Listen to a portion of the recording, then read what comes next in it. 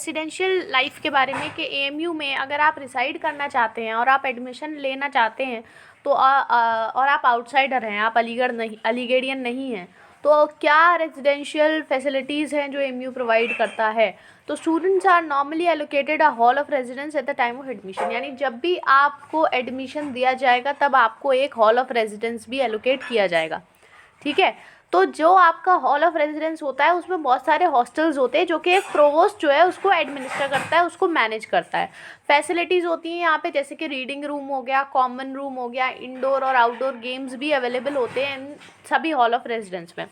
तो ये इम्पॉर्टेंट है कि आप ये नोट करें कि यहाँ पर लिमिटेड हॉस्टल अकोमोडेशन होता है। ठीक है, जो कैंडिडेट हैं उनको क्लियरली ये बात समझनी चाहिए कि एडमिशन का अगर उनको एडमिशन दे दिया गया है किसी full time course of study में किसी यूनिवर्सिटी में, तो इसका मतलब ये नहीं है कि उनको हॉस्टल अकोमोडेशन भी दिया जाएगा। समझ रहे हैं आप? मतलब मान लीजिए आप रैंक 1 है, ठीक है आपकी, और आपको कोर्स में एडमिशन भी मिल गया है, कोई भी कोर्स है, मान लीजिए हम बीए ऑनर्स की बात करते हैं और आपको एडमिशन मिल गया है, आपकी रैंक 1 है, तो इसका मतलब ये बिल्कुल नहीं है कि आपको हॉस्टल भी दिया जाएगा। ये यूनिवर्सिटी की वो नहीं है कि सब बच्चों को वो प्रोवाइड करे। अब ये कैसे होता है, तो स्टूडेंट जिनको हॉल एलोकेट किया गया है उनको पॉलिसी के हिसाब से अकोमोडेशन दिया जाएगा। ठीक है, जो रूल्स हैं यूनिवर्सिटी के उनके हिसाब से उनको हॉस्टल में जगह दी जाएगी, और ये डिपेंड करता है कि हॉस्टल में सीट्स कितनी हैं। तो जो कैंडिडेट्स जो कि इवनिंग या पार्ट टाइम कोर्सेज में जिनका एडमिशन होता है प्रोफेशनल कोर्सेज के अंडर में, उनको हॉस्टल अकोमोडेशन नहीं दिया जाएगा। ठीक है, ये समझ लें आप। अगर आप किसी इवनिंग कोर्स में या किसी पार्ट टाइम कोर्स में आपका एडमिशन हुआ है या सेंटर ऑफ प्रोफेशनल कोर्सेज में आपका एडमिशन हुआ है तो आपको हॉस्टल अकोमोडेशन नहीं दिया जाएगा। लोकल स्टूडेंट्स या वो स्टूडेंट्स जो रेजिडेंशियल अकोमोडेशन नहीं चाहते उनको नॉन रेसिडेंट स्टूडेंट का नाम दिया जाएगा। उनको ये डेजिग्नेशन दी जाएगी कि वो नॉन रेसिडेंट स्टूडेंट्स हैं, मतलब वो एएमयू के हॉल्स में रिसाइड नहीं करेंगे। तो नॉन रेजिडेंट मेल स्टूडेंट्स को नॉन रेजिडेंट स्टूडेंट सेंटर दिया जाता है जो कि NRSC होता है, और जो फीमेल स्टूडेंट्स हैं वो किसी न किसी हॉल ऑफ रेजिडेंस से जुड़ी रहती हैं विमेन स्टूडेंट के लिए। ठीक है, तो अगर आप मेल कैंडिडेट हैं तो आप NRSC आपका सेंटर रहेगा, और अगर आप फीमेल कैंडिडेट हैं तो आपका हॉल ऑफ रेजिडेंस क्या हो जाएगा, जो आपको दिया गया है वही आपका रहेगा, अगर आप अलीगढ़ के रहने वाले हैं तब भी। तो मतलब ये है, इसकी ज़रूरत कहाँ पड़ती है, जब आप फ़ीस सबमिशन के लिए जाते हैं तो वहाँ आपको अपना हॉल भरना होता है, और कई जगह आपको अपना हॉल भरना होता है, तो आप गलती से NRSC मत भर दीजिएगा अगर आप फीमेल कैंडिडेट हैं तो। ठीक है, और अगर आप फीमेल कैंडिडेट हैं तो आपको उस हॉल का नाम लिखना है जिस हॉल से आप बिलोंग करते हैं। ठीक है, अगर आप मेल कैंडिडेट हैं तो और अलीगढ़ियन हैं तो आप NRSC लिखेंगे। ठीक है, जैसे मैं फीमेल कैंडिडेट हूँ तो मैं अब्दुल्ला हॉल से बिलोंग करती हूँ, तो मुझे अब्दुल्ला हॉल फिलअप करना होगा। ठीक है, समझ गए आप?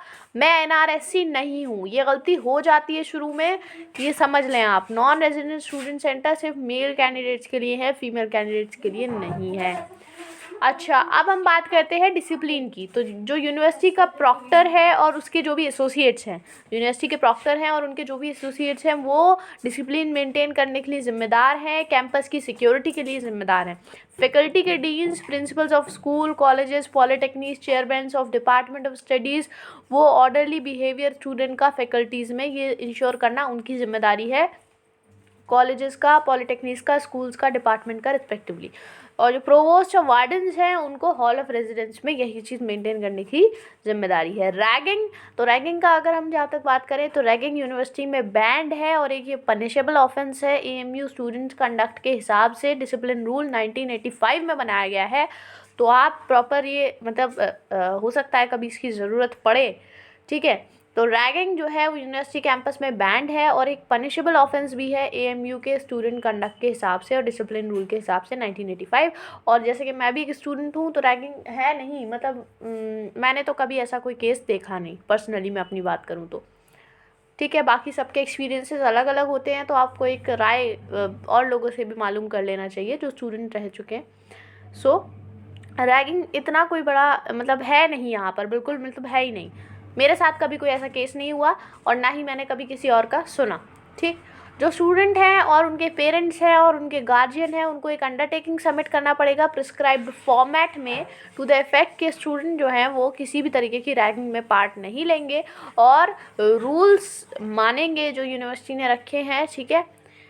ये इसका मतलब ये है, जब आप एडमिशन ले रहे होंगे ना, उस टाइम में आपसे अलग अलग फॉर्म पे सिग्नेचर कराया जाएगा। तो उसमें से एक फॉर्म ये भी होता है, अंडरटेकिंग का फॉर्म, कि आप जो है वो किसी भी प्रकार की रैगिंग में शामिल नहीं होंगे, किसी भी प्रकार की रैगिंग में शामिल नहीं होंगे। और अगर ऐसा होता है तो अपने एडमिशन के कैंसिलेशन की जिम्मेदारी आप ही की है, किसी और की नहीं है। Thank you for watching this video and I hope ये वीडियो आपके लिए हेल्पफुल रहा हो। और स्पेशली NRSC वाला और हॉल वाला पॉइंट आपको ध्यान रखना है। 1985 में यूनिवर्सिटी का AMU स्टूडेंट कंडक्ट और डिसिप्लिन रूल बना था रैगिंग से रिलेटेड, ठीक है, रैगिंग के अगेंस्ट में। तो ये सब चीज़ें आई होप कि आपके लिए इंपॉर्टेंट होंगी। And thank you for watching this video and please subscribe to our channel for more such videos and information regarding this.